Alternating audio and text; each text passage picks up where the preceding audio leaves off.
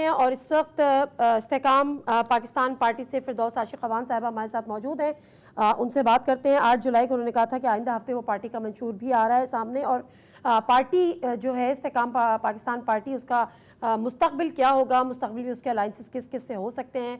P M L N کے اندر وہ شاید خواہشمند تو تھے, لیکن پی ایم ایل این کے اندر کچھ ریزرویشنز بھی ہیں, لیکن بہرحال ان کا اپنا لائے عمل کیا ہے. السلام علیکم فردوس عاشق خوان صاحبہ. فردوس عاشق خوان صاحبہ, ذرا سا بتائیے گا, کیونکہ جو اس وقت جو صورتحال بن رہی ہے, اگلے آنے والے ہفتے میں آپ کا منشور تو آ جائے گا, لیکن اگر اس کے کوئی چیدہ نکات کس پارٹی سے الائنس کرنے جا رہے ہیں, پنجاب میں ہی آپ کی پارٹی جو ہے وہ الیکشن کانٹیسٹ کرے گی یا ملک بھر میں آپ لوگ تیاری کر رہے ہیں, کیا حوالے سے خبریں ہیں؟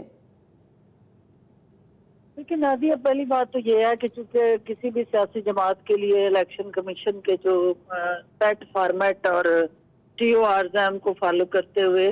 اس لائن میں آنا پڑتا ہے. جو رجسٹریشن کا پروسیس ہے وہ انشاءاللہ نیکسٹ ویک سے وہ عمل ہمارا مکمل ہونے جا رہا ہے,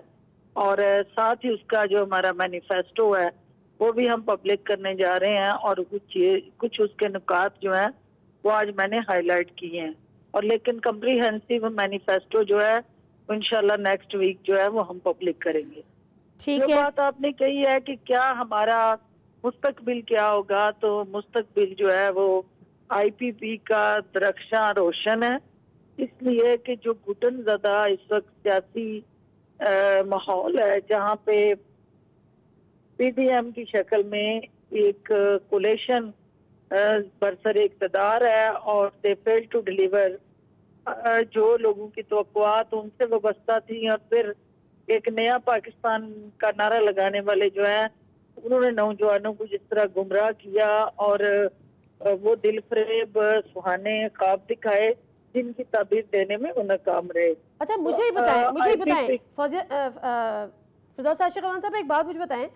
جو پاکستان استحکام پارٹی ہے اس کی نظریں کس ووٹ بینک پر ہیں, یا کس کے ووٹ بینک سے ان کو امیدیں ہیں؟ آیا آپ پی ایم ایل این کا ووٹ بینک آپ کو مل سکتا ہے, پی ٹی آئی کا ووٹ بینک مل سکتا ہے, یا پیپلز پارٹی کا ووٹ بینک آپ کو مل سکتا ہے, کیا ہے آپ لوگوں کے ذہن میں؟